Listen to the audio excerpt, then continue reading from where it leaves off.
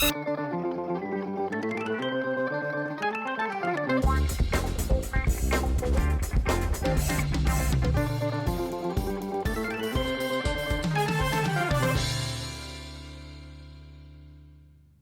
we are, out of YouTube prison. And I already see you in the comments. YouTube prison is a hard knock life for the last professional broadcaster, Sam Roberts. Welcome to Sam Roberts Now, the only Sam Roberts show that is right now, because any other show that is Sam Roberts couldn't be right now, because I am here, back at youtube.com/notsam. Man, is this complicated. The whole exercise of Sam Roberts Now was that it would be easy. Look how easy it is to do. Anybody can do it. You can do it right from your own studio. All I have to do is build a studio and start a show. And just like that, I can broadcast. But guess what? It's never that easy. Nothing in life is ever that easy because there's always someone or something to depend on. It never gets simple. The whole quest in life is to not have to depend, my whole quest in life, is to not to ever have to depend on anyone or anything. People are like, oh, did you build your own Not Sam studio so you could have a backup plan? There's no backup plan. Okay, oh, because you think Sirius? I want to be at Sirius for the rest of my life. I love doing shows on SiriusXM. It's great. You go in, studio's right there waiting for you. You get to do a show, talk about whatever you want, say whatever you want, take a break whenever you want, be done with it creatively. There is no handcuffs whatsoever. They give you money. You go home. It's the dream job. But you don't want to be dependent, right? You don't want to be dependent on any one, any entity, any being. So, you know, in my mind, this was that. This was so like, okay, Sam Roberts Now, while it's not going to be a show that generates any serious income for me, it's going to be a place where I can communicate directly with the audience, where the Not Samsonites, we can do this. It's a spot where I can explore this new medium. Nothing like radio. This is a visual internet medium, okay? Something that, you know, I love. I love this connectivity that we have. And it's something that I have full control over. It's autonomy, right? Wrong. Because at any moment, it can all just go away. I've had this YouTube channel up for years. That's why I've been able to build the following behind it. That's why I've been able to just share content. You know, I started this. I don't even remember how long ago I started this channel. But I've put up, you know, the iPhone girl interview. I've put up all the celebrity interviews, wrestling interviews. I've tried all kinds of different videos, and I did movie reviews at one point. I did versions of the Sam Roberts Show online solo podcast I was doing. I mean, years of stuff. And this, to me, is what I've always wanted to do on a YouTube channel, this version of a show. I think that this show, Sam Roberts Now, doesn't work anywhere except, well, I guess on the internet. In my mind, on YouTube, but on the internet in general. I think YouTube is the spot for it. I still think that in terms of just creating content and pulling it out of your backside and just throwing it up and allowing the audience to be the judge, YouTube is a great spot. It allows people like, you know what? I don't have any ins. I don't have any people that are going to tell me exactly what to do, but I got a video camera. I'm connected to the internet. Let me try this. Let me get online and do some kind of video show. Plus, you know, it's 2018. It's nice to have something that's visual, that people can see, that you can see. Well, I can't see you, but you can see me. And so I figure like it'll be easy. You just turn on the YouTube channel and you go. But for the last month, I've had to do the Sam Roberts Now live shows from thank God I had another YouTube channel from the Sam Roberts Now YouTube channel. Now, I'm still going to leave the Sam Roberts Now YouTube channel up. I'm going to cut short clips from these Sam Roberts Now shows and keep uploading them over to the Sam Roberts Now YouTube channel. That's also going to be our backup spot. Should we ever need to go someplace else on YouTube, that's going to be there. So if you enjoy Sam Roberts Now, then please still subscribe to Sam Roberts Now on YouTube, as well as all our social media accounts, Sam Roberts Now on Twitter, Facebook, and Instagram.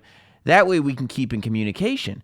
Because about a month ago, all of a sudden I get an email that some random video I had posted had broken community guidelines. It wasn't a content issue. It was a community guidelines issue. And it was very non-specific. And I'm going, what the hell happened? I don't do anything on this. I mean, I go on. I shoot my mouth off. I'm not the outrageous guy who's over there like really trying to... There's a lot of people who are like, oh, if I get people upset, then I'll get clicks on my YouTube channel. Like, that's not me. I'm not interested in getting a whole bunch of people upset. Maybe they get upset because they're like, I don't want to have to listen to Sam Roberts anymore. But here's the beauty about what I do, okay? I feel like if you don't like me, it's easy to ignore. And if you do like me, we can have a great time. That's my whole philosophy behind everything that I do. There's no reason, if you don't like me, I'm not going to try to win you over. I'm just going to do what I do. Some of you will change your mind. Some of you won't. It's all good. I don't care. But I don't need, the people that aren't on board, I don't need to get under their skin. Because, any press is good press. No, I don't want bad stuff. I don't need it. I don't need to just upset people for no particular reason. So I don't do any of that stuff, right?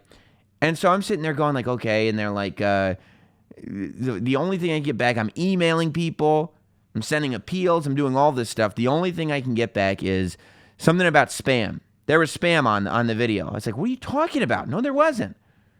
And the person I was emailing with goes, yes, there was. That's what it says. So in 3 months, you'll be able to live stream again.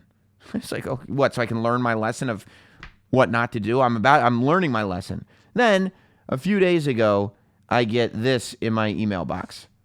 It says, Dear Not Sam, thank you for submitting your video appeal to YouTube. It was like a month ago that I submitted it. After further review, we've determined that your video doesn't violate our community guidelines. Your video has been reinstated, and your account is in good standing. Sincerely, YouTube. And I'm going, it was that easy. It was that easy. Like, if I'm never doing anything, and I've been on YouTube as long as I've been on YouTube, and I'm just hanging, couldn't you have looked at it before?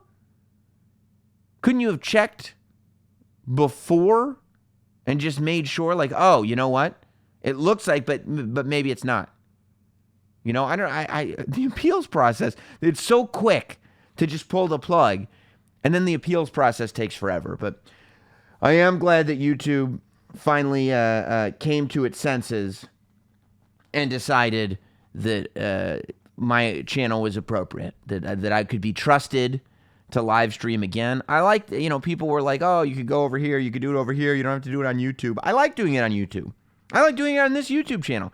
I love this YouTube channel that I've created, I love this community that we're creating around the YouTube channel and other forms of social media.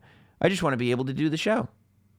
So I'm glad we're able to do the show. I put up a poll because I said the last thing that I want to do is jerk people around. The last thing that I want to do, if you want to watch this show, the last thing that I want to do is send you to a whole bunch of different, now we're doing it on this channel, now we're doing it on that channel.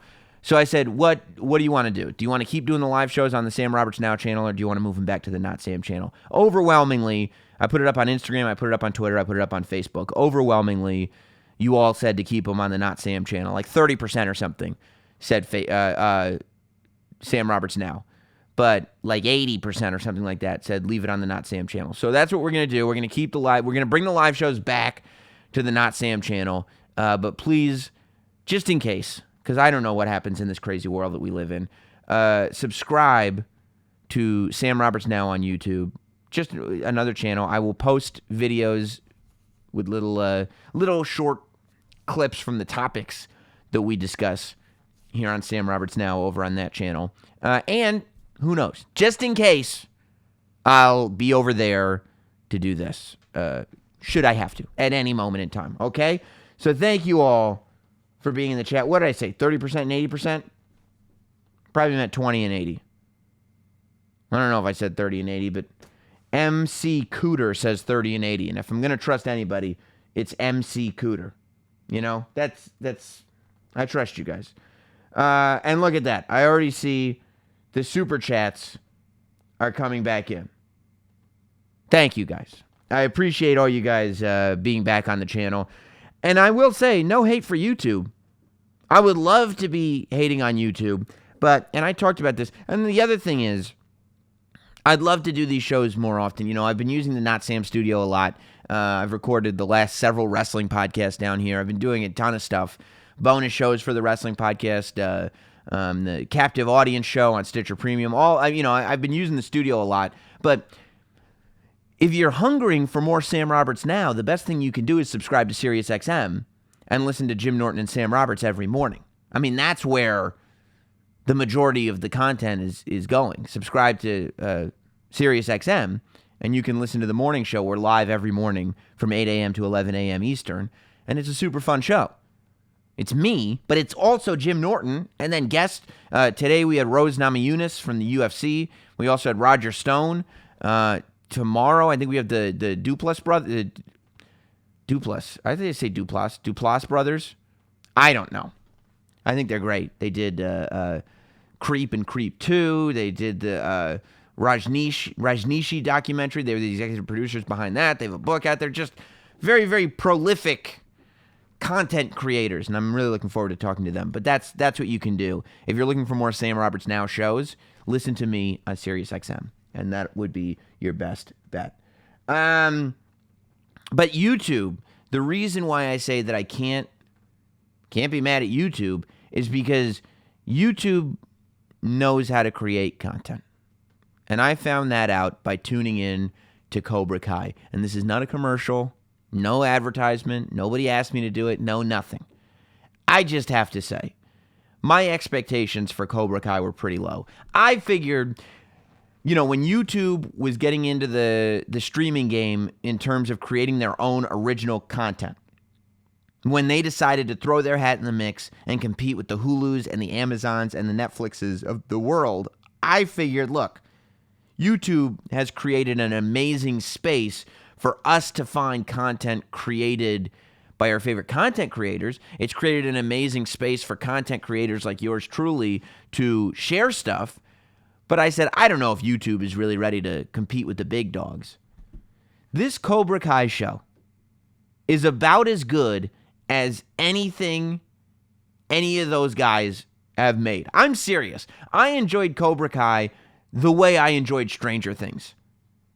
That's how good. I would say I enjoyed Cobra Kai more than anything I've seen on Hulu or Amazon that are originals, I think. Unless I'm forgetting stuff. You know, not counting the movies and stuff on Amazon, not counting the network shows that are all over, because nothing can beat Shark Tank, right? But in terms of original programming that companies are making, I haven't seen Handmaid's Tale. Everybody says that that's great. I haven't watched that show. But I love this Cobra Kai show on YouTube. I haven't finished it. It's on YouTube Red, but the first 2 episodes are free. They take the characters from Karate Kid, Sweep the Leg Johnny and Daniel-san, and they look at them 30 years later. And it's just, with all the reboots in the world, it feels like they're finally starting to figure out how to do reboots right. Because, like, you turn on Roseanne, and everybody loves the show. You know what? Maybe it's because Roseanne and Cobra Kai are realistic portrayals of where the family is now. It's not a reboot. It's not a reimagining. It's not a sequel that's displaced in time that nobody really asked for, that's really centered around different characters, that's really just using the name and no. This is, okay, you like these people? Here's what they're doing now. And it's what realistically they should be doing now. On Roseanne, still the same family. They're all still there. They also, I think on both things, they figure out, where should we really restart from? You know, I mean, John Goodman died on Roseanne. The character, Dan, that John Goodman played, he's supposed to be dead. He died on the show. But they were like, no. Let's just pick up from before he died. You know, we don't need, that was a mistake. If we can get John Goodman, let's get John Goodman. So they figure out, and like Karate Kid, Cobra Kai kind of feels like they're just picking up after the first Karate Kid. They're kind of ignoring the sequels. They're definitely ignoring the Jaden Smith reboot. But they're just going, okay, what's the classic Karate Kid movie? First one. Okay, go with the first one, Ralph Macchio, Sweep the Leg Johnny, and then see where those guys are 30 years from now. Brilliant. Brilliant. Super move. Super move.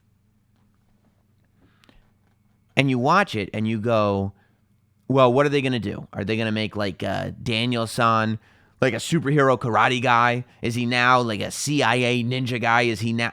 No. You know what they did? They made, and this is what's so beautiful about the show, and this is why I love it so much.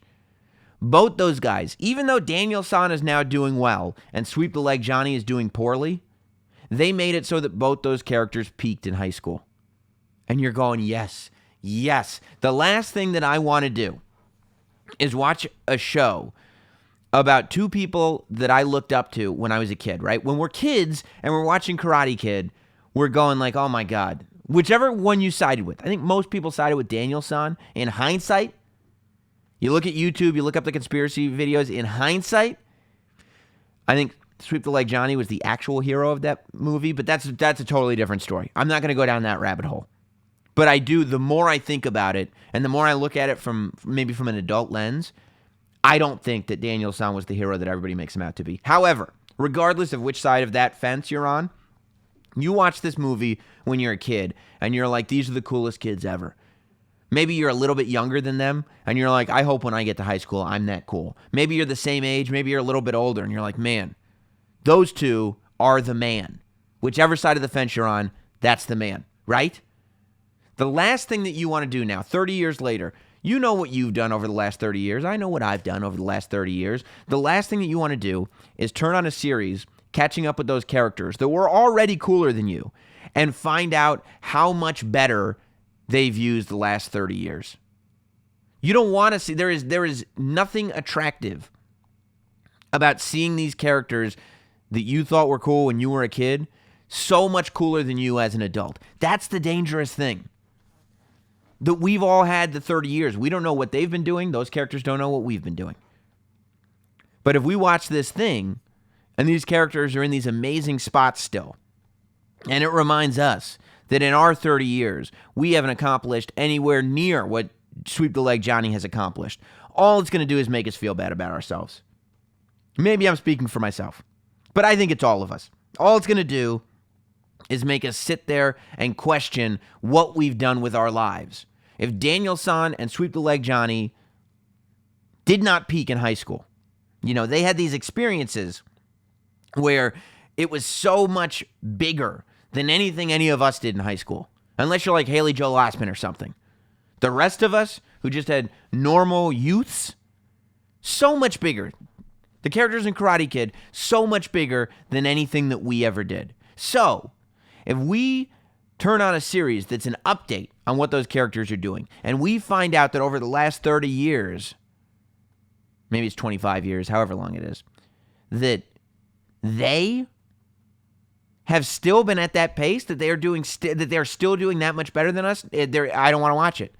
I don't want to watch it. It's one thing to be a kid and being like, man, those kids are cooler than us. It's another thing to be like, I can't believe it's been 30 years and not only have I not caught up to those kids, they've lapped me 100 times. So what did they do? YouTube figured that out. YouTube Red figured it out. And they made it so that both characters peaked in high school. Sweep the Leg Johnny just has nothing going for him. He's broke. He's drunk. He's living in an apartment by himself. He's an out-of-work handyman. Nothing wrong with being a handyman. Something wrong with being an out-of-work handyman. Still driving the same car, but now it's a rust bucket. And Daniel-san is successful. I'm not saying this guy's not successful. He's a car dealer. Nothing wrong with being a car dealer. He owns a dealership, or a couple of them. He owns a handful of dealerships in the California area. He's making a ton of money. But guess what? Every car that he sells comes with a bonsai tree. He's karate chopping in all the commercials. He's doing kung fu kicks on the billboards. He is so cashing in, and he's not like this karate legend. He's a guy that locally did really well in a high school karate tournament, and he's still trying to live out that glory. The fact that both of these characters' main glory, not financial success, but glory in their life, was all the way back then when we watched Karate Kid makes this show perfect. It's what makes this show what the show should be, what the show could be, what the show is. Now, Sweep the Leg Johnny reopens Cobra Kai, and Daniel-san, he's an adult. Daniel is an adult. He's got a hot wife. He's got kids. And he's driving home in his beautiful car with all his money, and he looks out the window, and he sees that Sweep the Leg Johnny has reopened Cobra Kai school.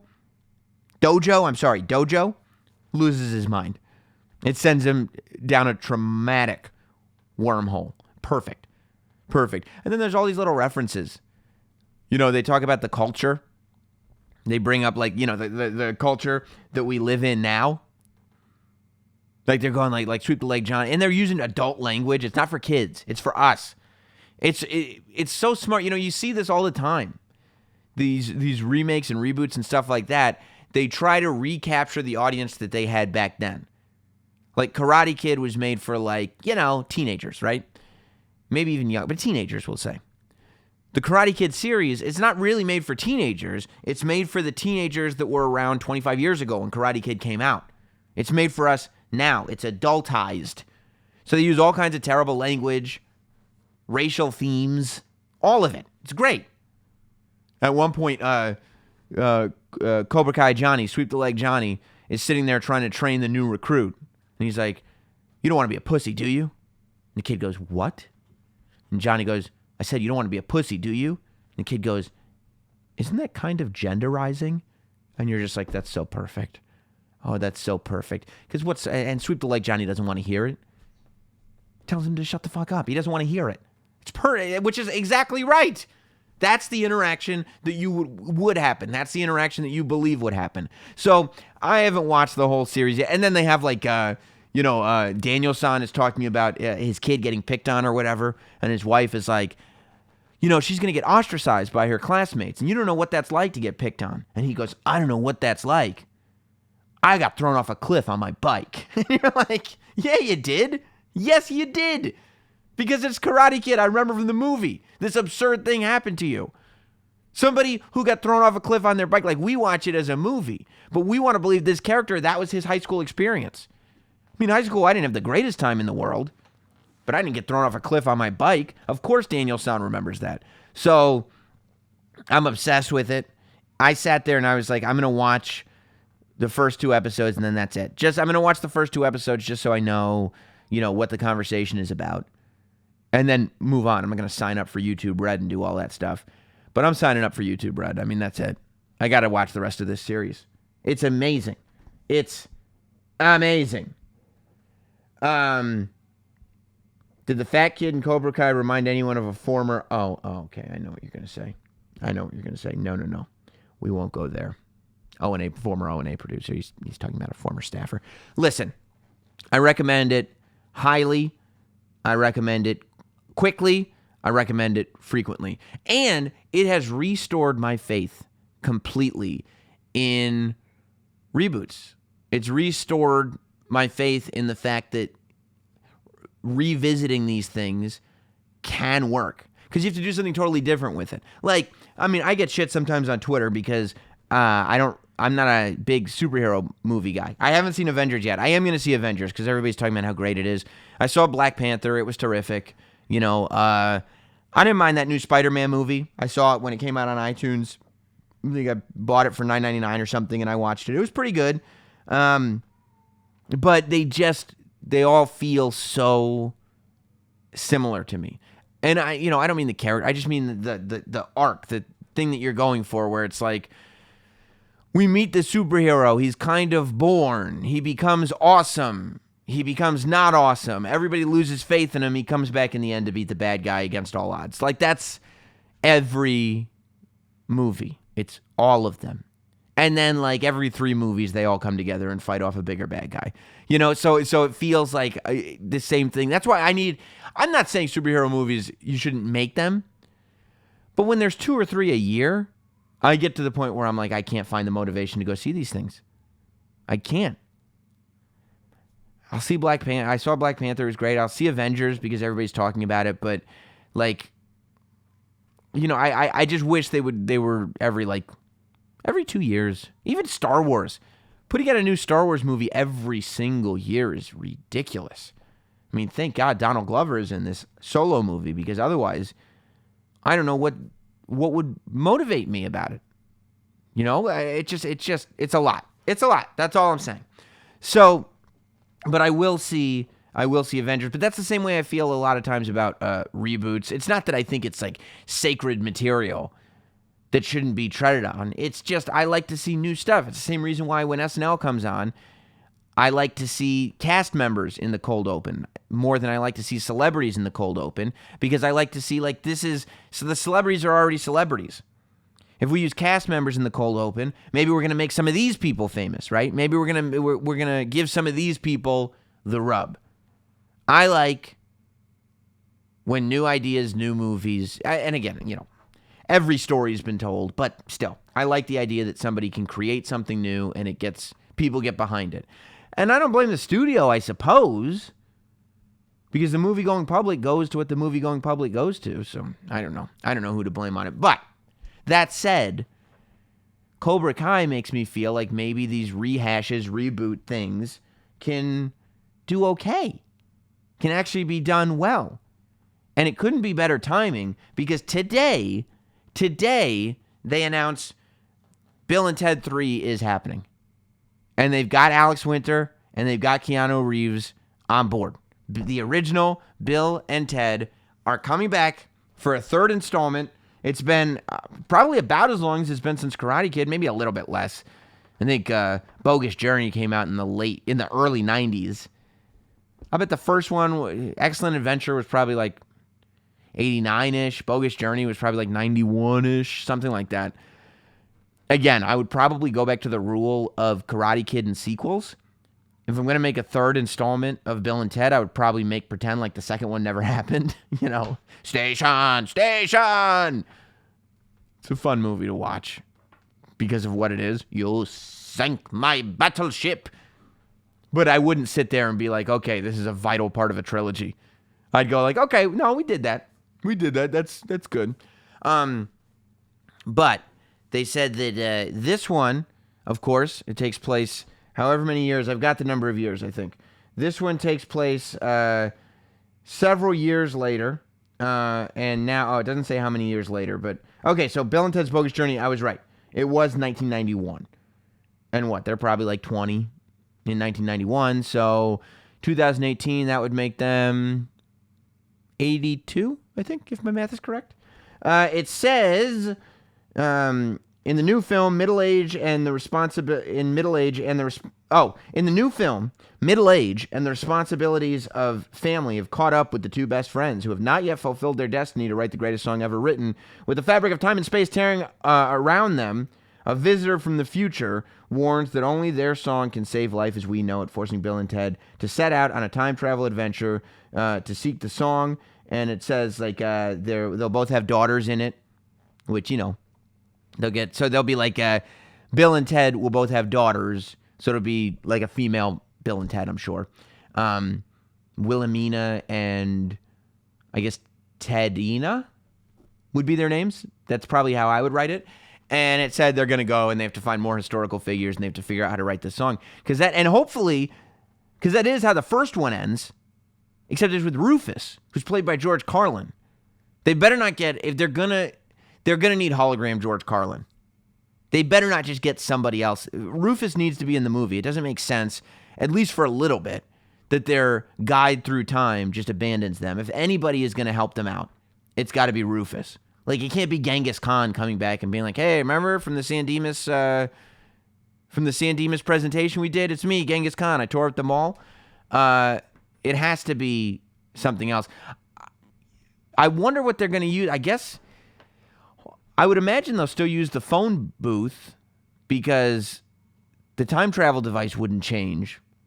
And they'll probably do like a whole bunch of jokes where the teenage girl's like, oh, what's that? You mean a phone? And they take out their iPhones or whatever. I think, Rufus has to be hologram Rufus, at least for a little bit of the movie. I think that it's interesting because they were supposed to write like the greatest song ever written in the future, but the future looks way more similar to 1991 than I think they realized it would look in the movie. But I hope that it is heavy on Bill and Ted as middle-aged dudes, not the girls. Because that's the mistake that I think people make, is they just try to get that old feeling back, where what you want to do is get everybody excited, get all of us excited, and get us to go back to the theater. People are like, oh, we got to get young kids to go to the movie theater. We got to get the teenagers, the high school kids to go to the movie theater. So let's make a movie that'll appeal to them. And it's like, no, they don't want to see Bill and Ted. It's going to feel dated. Unless you just make a really funny movie, which is what they did with the Karate Kid stuff. You make a really funny movie, and you target it towards adult Bill and Ted fans. That's what I would do. We're all still here. Every last one of us is still here, you know. Bill and Ted, you know, and it's okay because Bill and Ted were not, like they were kind of burnout high school kids. So it's okay if they've had some fulfillment in their lives. I don't think they should be best friends now. I think that would be cheesy. You know, most people who are not still best friends with their high school best friends. So if it were me, I would probably say they haven't spoken in a while. They can both still be living in California, both middle-aged, both like, you know, lower middle class. They shouldn't be rich. They shouldn't be wealthy. They should just, you know, work in a Guitar Center or something. Not in the same one. One of them works at Guitar Center. The other one works, I don't know. You make Alex Winters, whichever one he is, Bill or Ted, make him like a coder or something. First of all, everybody was like, I don't know how you're going to get Keanu Reeves to do this movie. He's such a big star now. Yeah, true. The Matrix was great. But this Alex Winters, he has become one of the great documentarians. Both movies that he's done that I've seen are awesome. Incredible documentaries that I've watched several times. He did the Napster documentary, which is awesome. It goes through the whole story of it, how it started, how popular it got, the backlash that it got, the battles with Lars from Metallica, the battles with Dr. Dre, what really did it in, how it ultimately changed the music industry, the whole thing. It's just really, really well done. Interviews everybody involved, really well done.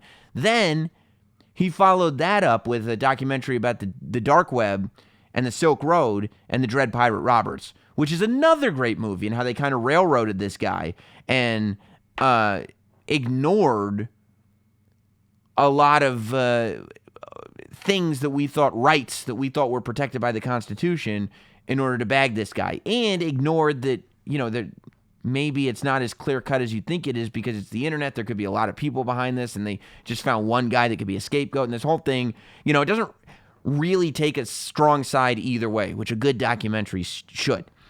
So I'm sitting there going, like, if I'm this dude, if I'm Alex, I know that I can just make movies like this. If I have that ability and that interest in new technology, he could do one about Bitcoin. He could do one about YouTube. He could do one about whatever he wants. They're awesome. So I was convinced that, like, he doesn't need this either. So the fact that they're both doing it, I hope means it's actually going to be good. They got the original creators back on board to do it. I'm optimistic about it, but that's because I just watched Cobra Kai. And I really hope that while it's good that they both have daughters, it's cute, you get the young thing in there, they can be like a female Bill and Ted, I really hope that the story revolves around these two now older dudes that are trying to figure this out. And what happens to these, like, Valley Girl boys, these airhead dudes, when they're in their 40s and 50s? Like, what happens to those guys? You know, I mean, do they mature? Because they can't, it's too corny to have them still acting like they're in high school. That doesn't make any sense. That wouldn't happen to anybody. But what happens to a person that lived their youth like that? Does one of them kind of mature and one of them doesn't? Did they grow out of their sort of like 80s rock thing and become like alt-rock guys? You know, maybe they went to college and discovered like Radiohead and think that that's the greatest music of all time. Who knows? Who knows? Or maybe they're just like, you know, guys who can live a functional life but are secret metalheads. Like Jim Florentine or somebody like that. who's just, you know, he was a metalhead growing up. He's still a metalhead now, but he's not like, yeah, dude. He's a completely functioning, hilarious person. So I don't know. There's a lot of different angles that this thing could take. I'm interested to see what happens, though. I'm very, very interested to see. I saw some of you guys jumping on. See, there's Kevin DeRoy. He says, look at Dumb and Dumber. They made a second, and they were still dumb as hell. Dumb and Dumber should not have made any sequels. The prequel that they made without Jim Carrey and Jeff Daniels was not good. And then, unfortunately, the sequel that they made, Dumber and Dumber, or whatever it's called, wasn't good either. Like, Dumb and Dumber is a classic. And I don't know if it was timing. I don't know if it was because, you know, they're already adults in the first one. I don't know, you know, are we really curious what happens to them over time? I would assume they just keep being stupid for a while. I would assume those characters just spend the rest of their lives being stupid and lovable, right? So maybe a movie like that doesn't require a sequel, and maybe it was timing. They didn't wait quite long enough. I don't know. Maybe the prequel that they threw in the middle disrupted everything. I don't know what it was, but that's an example of a sequel that probably shouldn't have gotten made. Right? To me, anyway. What else is going in there? At notsam, would you watch more comic book movies if pro wrestlers were in them? Yeah, probably. I think so. Oscar Martinez, Super Troopers 2 was great. Yes, it was. I was so pleasantly surprised by that. I had to watch Super Troopers 2 because I was interviewing the cast for a special on SiriusXM. You can actually watch the interview on this YouTube channel, YouTube/notsam. You can see the whole interview with the cast. And so the night before, I watched the movie so I'd have something to talk to them about it. And it was one of those things. When you interview these people, you can watch 20 minutes of the movie and get the gist of it and have enough to have a conversation about it. I watched the whole thing. I thought Super Troopers 2 was great. And it's probably because it's the same brains behind it. It's been enough time. There was enough familiarity but change. Like, it was exactly what it should have been. It made me smile. I had a good time. I was a big fan of Super Troopers 2. I thought it was really cool. I think Colin Quinn should play Rufus in the new Bill and Ted. Look, I have a bias because anything Colin Quinn does, I'm going to be a fan of. I wouldn't be against it. I wouldn't be against it at all. You know, there are some movies that just need to be left alone. I get the nostalgic feel and hype, but still, some movies need to be left alone. Yes, I agree with that. Dumb and Dumber should have been left alone.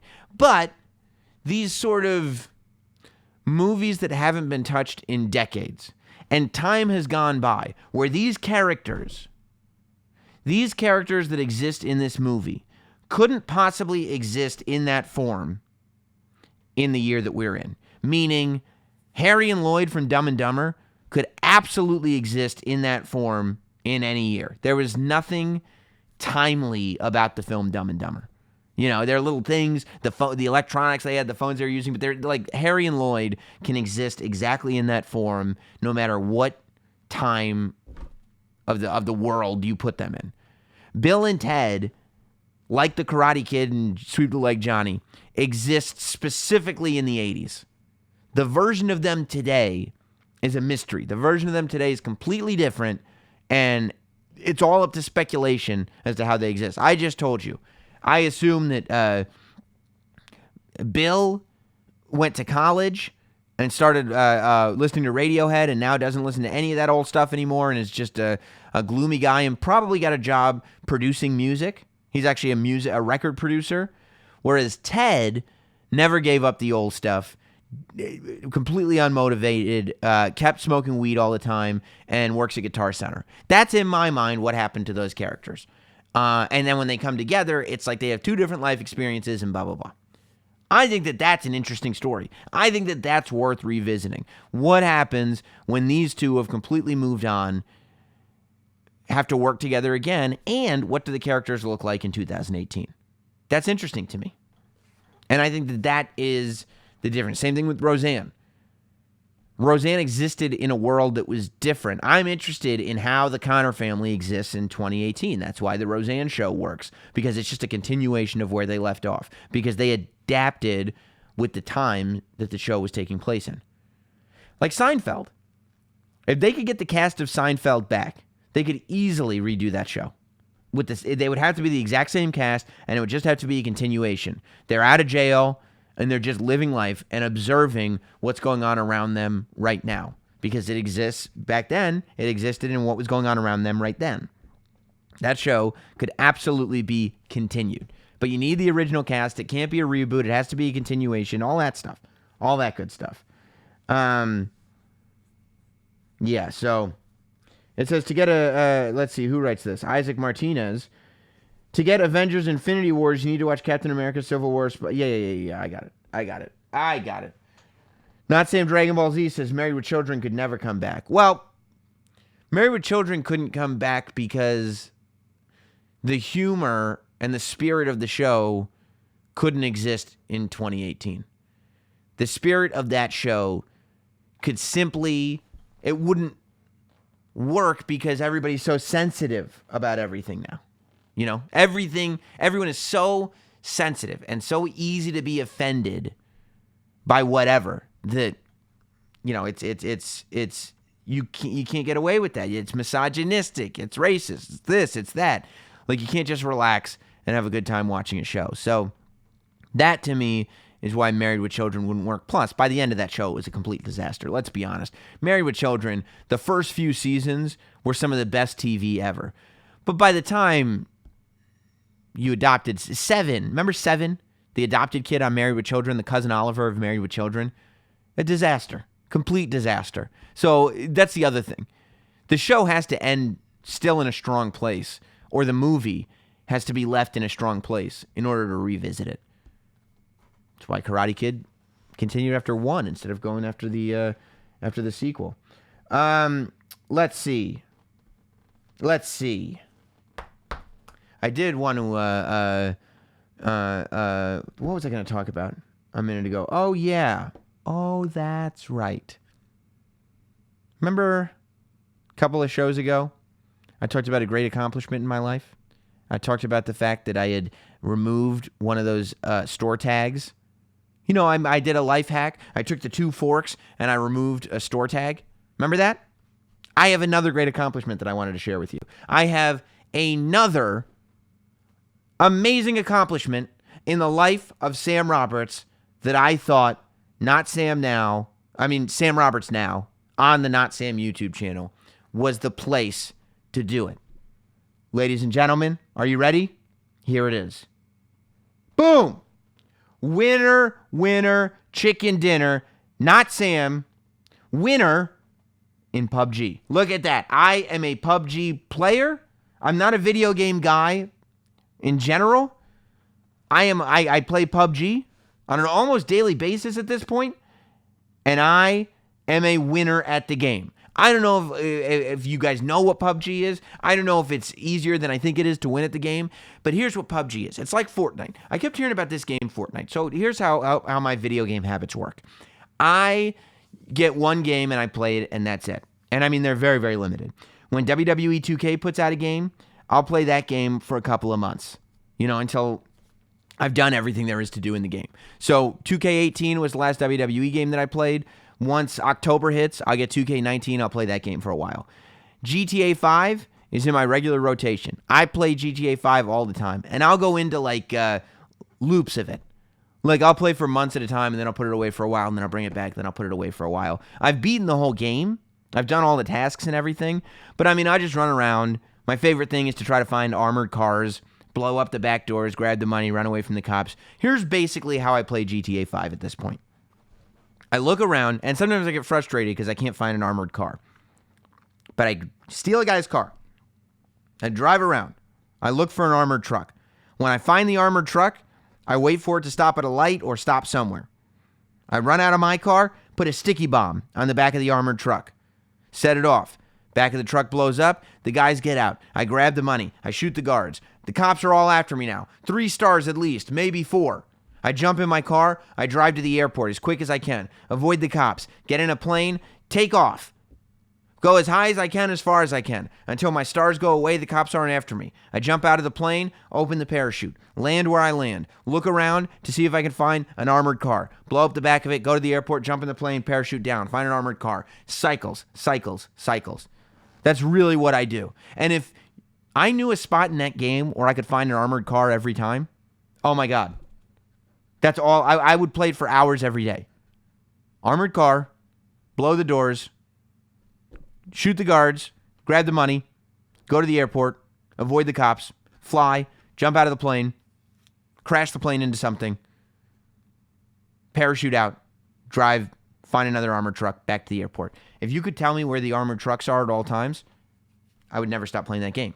So, but that's my GTA. Now, this PubG is the first iPhone game that I've played. So I hear about Fortnite, and I already see you guys in the chat saying, but you can't build bridges and castles, says Not Sam Dragon Ball Z. Yeah, I know. That's why I play PubG instead. So I keep hearing about Fortnite. All the kids are playing it, I suppose.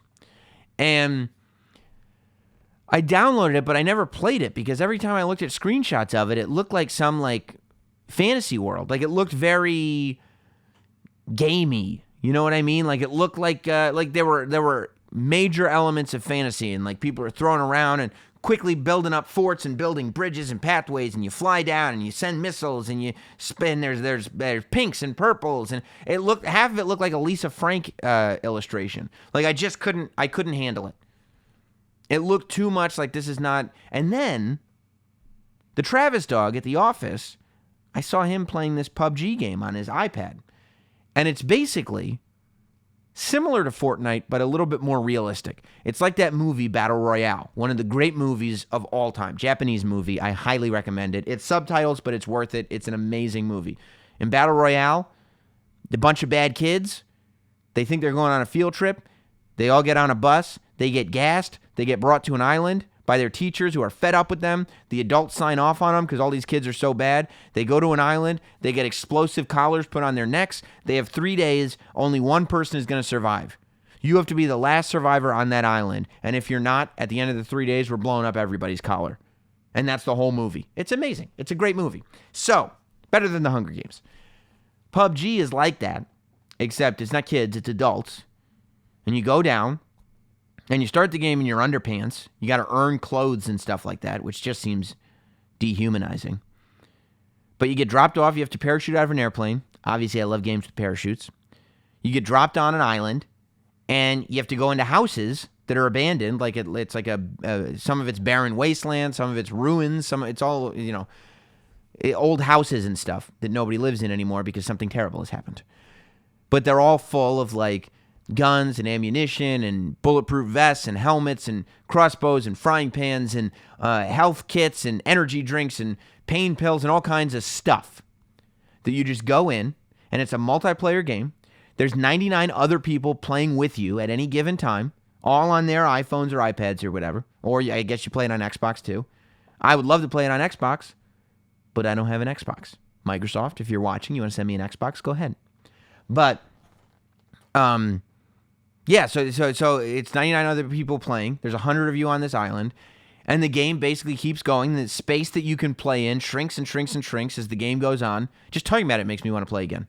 And the game finally ends. The circle is tiny. There's only room for 2 people by the end of it, and the game finally ends with whoever is the last survivor. You have to shoot or blow up the people around you, and the last survivor wins. I have now won multiple times playing this game. I can't believe it. Because like I said, I'm not good at video games.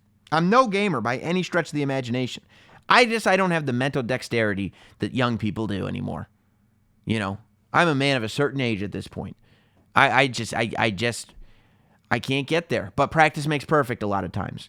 And this goes back to my theory about multitasking. The multitasking is terrible for everybody. Nobody's good at the things that they think they are when they're multitasking. Nobody's a good multitasker.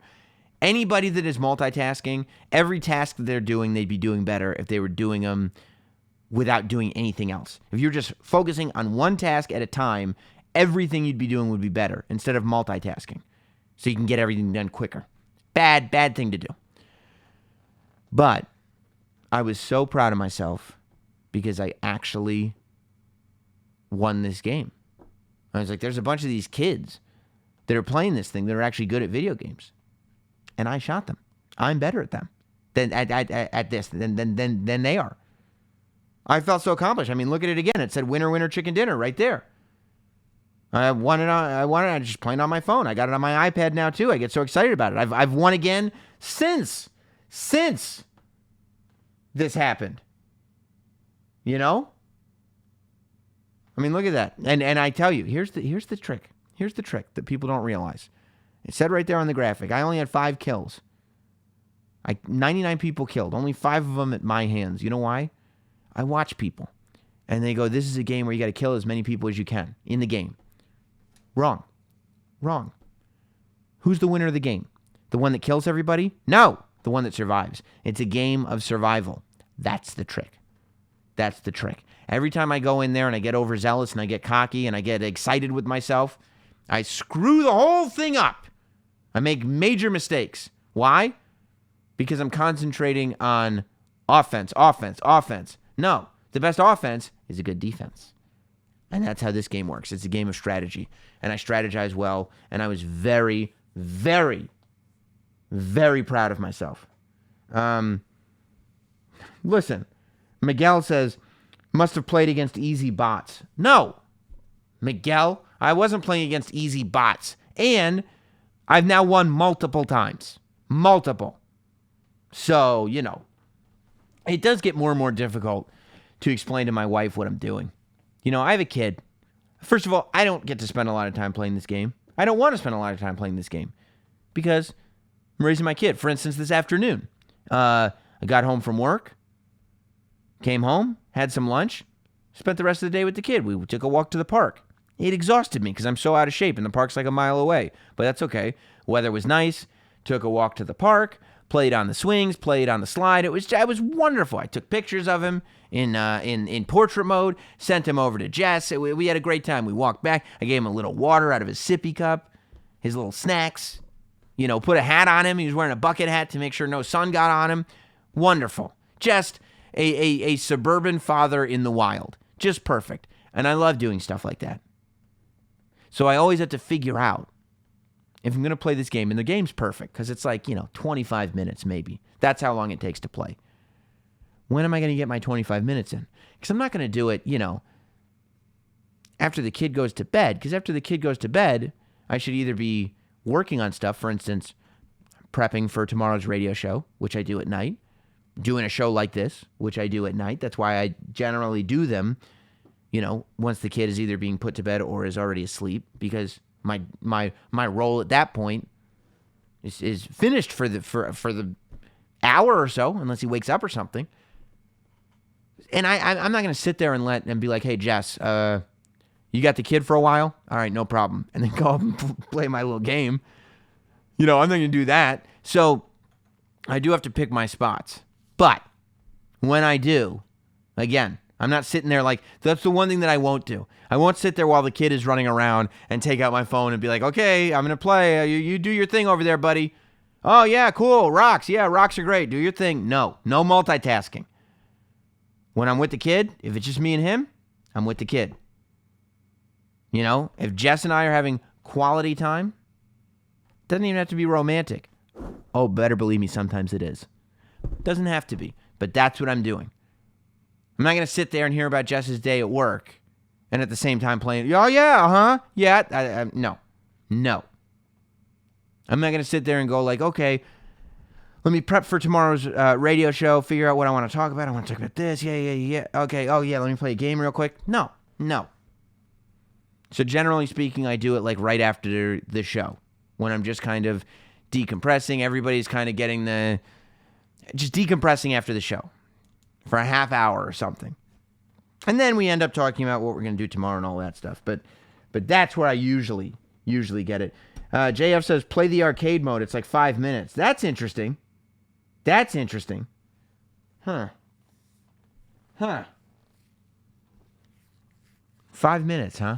In arcade mode? I don't know exactly what arcade mode is or why it only takes 5 minutes, but I guess it's something to look into.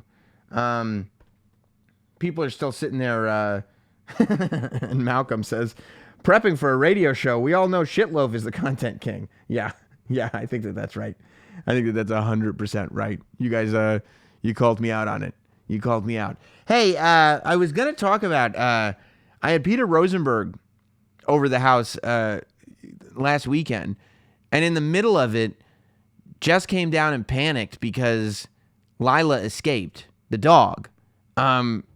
And I don't know if you guys saw that because it wasn't technically on a Sam Roberts Now show. Let me play it for you because I just thought it was a funny moment. It wasn't technically on a Sam Roberts Now show. It was on one of the wrestling shows. And I know that not all of you guys are going to sit there and watch, all my wrestling shows if you don't watch wrestling. So this was what happened. We're sitting there. I'm there with Peter Rosenberg.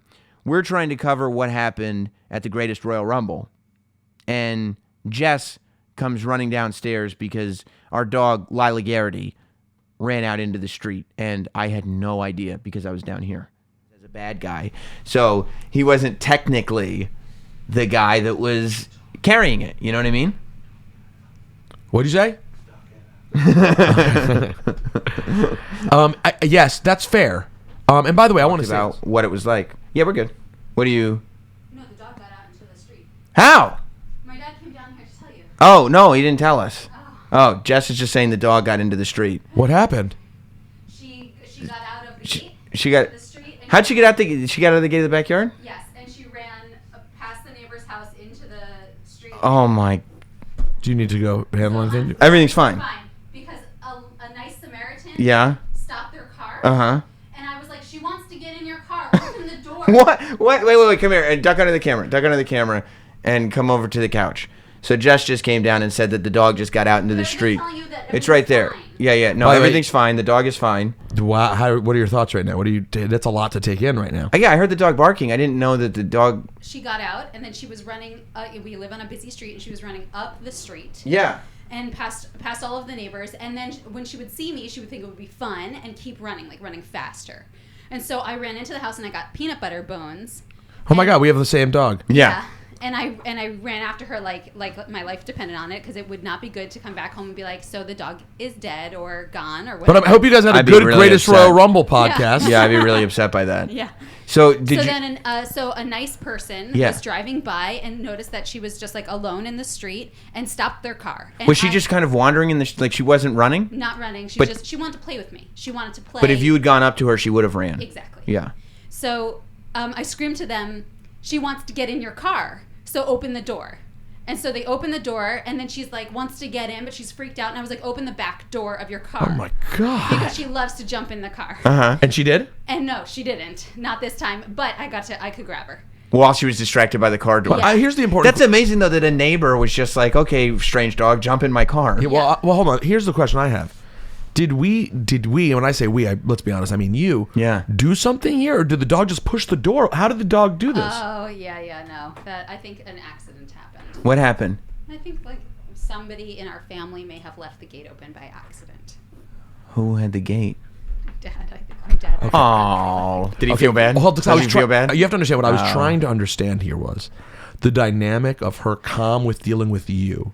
Because I was like, wait, if I had been the one, my wife would have come downstairs. She probably would just come up and turned off whatever was happening. And we have a backyard that's gated off, and Lila can run around in the backyard. And but there's a gate, and the gate opens up into the driveway, which then goes, runs into the street. Obviously, it's also funny in retrospect. Driveways tend to do. It's funny in retrospect that your father-in-law came downstairs, tried to deliver a message to us. Neither of us knew what he was saying, and then left. Because your dad came down with the baby. Yeah.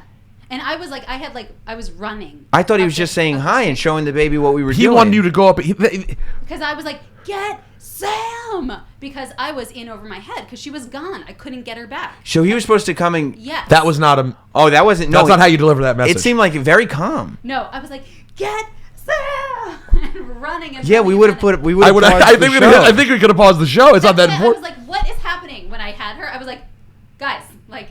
Where's my help? Where's my reinforcements? But it all worked out. And I'm so winded. I'm scared. This makes me so nervous in retrospect. And where's the dog now? She's in the house having a peanut butter bone. Well, feel free to send her down here. I was going to, but she's having a peanut butter brownie. I was going to. So I thought that you were in on it, and like you were like, okay, we're streaming live, so you're not going to stop or whatever. Oh my God! So, what kind of Jess? I didn't know why you didn't. Were you annoyed? Help me! No, I'm just dealing with the issue. See, this is why Jess is so great because she wasn't annoyed. She's not at an emotional place. She's there to solve the problem. That's incredible. That's how the Roberts handle things. We're problem Tell solvers. random car drivers to open your back door. Open your door. I cannot believe like that if she was I was calling driving, for your help. You never came. Yeah. And when she came downstairs, she still didn't seem angry. Because my dad's brought the kid down here before while we're doing shows and just been like, look, there's your dad doing a show. Like it's like it's fun to see. Like isn't that interesting? Look at the baby and look at your dad. In the Got house it. right now. Yes. Wow. Yeah, I think my dad probably just didn't want. Maybe he didn't. I don't know what happened. I don't think it was him. It could have been Lila, who knows the gate open. And I think that he also like didn't understand the dynamic of this. That this is just me and Rosenberg just talking about the greatest Royal Rumble. Yeah, we could have. We could honestly, like, you know what I would have done, because I also know how to build suspense because I care about the show too. We just run off. We'll be back. No. The dog. I'd leave it live. Because I'd have more viewers watching an empty studio. What's going on? Going like, oh my God, they just left. Like, just throw the headphones at it and go like, I gotta go save my dog. That would have been a thing. Yeah. Would have been. I did save your dog. Thanks. Wow, Jess, good job. Thanks. Thank you. Wow. Yeah. I have nightmares about my dog. We haven't even gotten to the Cruiserweight Championship match yet. There she is. Here she is. Hey, Lila. There we go. Is there an angle for her? Can you see her? Oh, yeah. People can see her. People can see her. Good dog. They can hear her, too. Lila, are you doing all right now?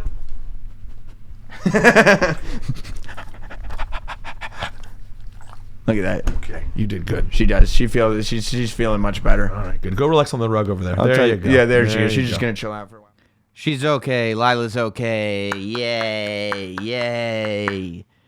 I couldn't believe it. I could not believe that I had no idea that was happening. Right here.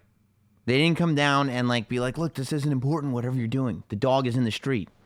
It's craziness. It's crazy. Oh, I did read some of your comments as that was going. Yes.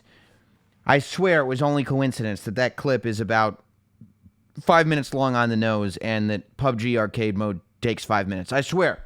Just a coincidence. All right, we should probably wrap this thing up. I wanted to talk to you about these and give you a sneaker update, but I don't think we have time. I don't know if I have the graphic here anyway. I got some help. I'll just tell you real quick. I got some help getting these Jordans from my buddies at the East-West Sneaker Collab Facebook group. So I'll talk to you about them next time we do a Sam Roberts Now. But it's just, they didn't pay me or anything, but it's just, I just enjoyed the fact that, I'm used to, having these collections and growing up having to go to, deal with, conventions and card collector stores and stuff like that where everybody's trying to rip you off. And this East-West Sneaker Collab Facebook group actually is just a bunch of, people who collect sneakers and they're helping each other to get them. That's how some of these things are so hard to get that you have to find people that are like, I'm not able to find them in New York, but this guy found them in this other part of the country, so he's going to help me out find there. It's just, if you're big into sneakers, it's good to have a network of people that can help you out. So I just wanted to show some love, and you can search them out and join East-West Sneaker Collab on Facebook. East-West Sneaker Collab on Facebook. Let me go to the super chats before we sign off for the day. Let's see. Not Sam Flag on the Moon from John. I'll put one there one day.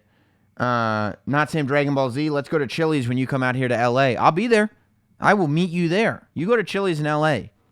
That week that I'm there, you're going to find me. E-Rock Rules, Fire Shitloaf. Not quite up to me. SR Show Archive Update. That again was from John. Thank you, John. We talked about, I don't know. I don't know what SR Show Archive Update means, to tell you the truth. I don't have rights to give you the archive. They're SiriusXM shows. Cyan Z, thoughts on Opie's podcast being number 3 on the charts. I don't know. Good for Opie. I think Opie's podcast is going to be, I think he's going to do a great job. I mean, he's around people that he likes. Opie's really, really good at broadcasting. You know, he knows how to do this. So I don't see why anybody would think that it would not succeed. Obviously, he's built a following over the years. And I would hope, I mean, it's a very good sign. It's a new show. So new shows pop up on the iTunes charts first. And it's a great sign that it shot up right to number 1 because that means people are interested. So, yeah, congrats to Opie for starting a podcast. And Not Sam's mom, I think this is you, says, talk about gang stalking. You never brought it up again. Okay. Maybe I will. Not today because we don't have time. We're already over the hour mark. But on an upcoming episode of Sam Roberts Now, I will talk about gang stalking because I've fallen into this gang stalking wormhole, rabbit hole, some kind of hole on the internet. Many an evening, and it's really, really interesting. Really, really interesting stuff. Thank you all for being a part of the return of Sam Roberts Now here on the Not Sam YouTube channel. Don't forget to subscribe over at youtube.com/Sam Roberts Now to get little short versions of the show, short versions of the topics we cover on the show, as well as a place where we go if we get chased out of this channel again. All right? Thank you, everybody, and we will see you next time here on Sam Roberts Now. You've got 5 styluses. You might as well use them. Good night, everybody.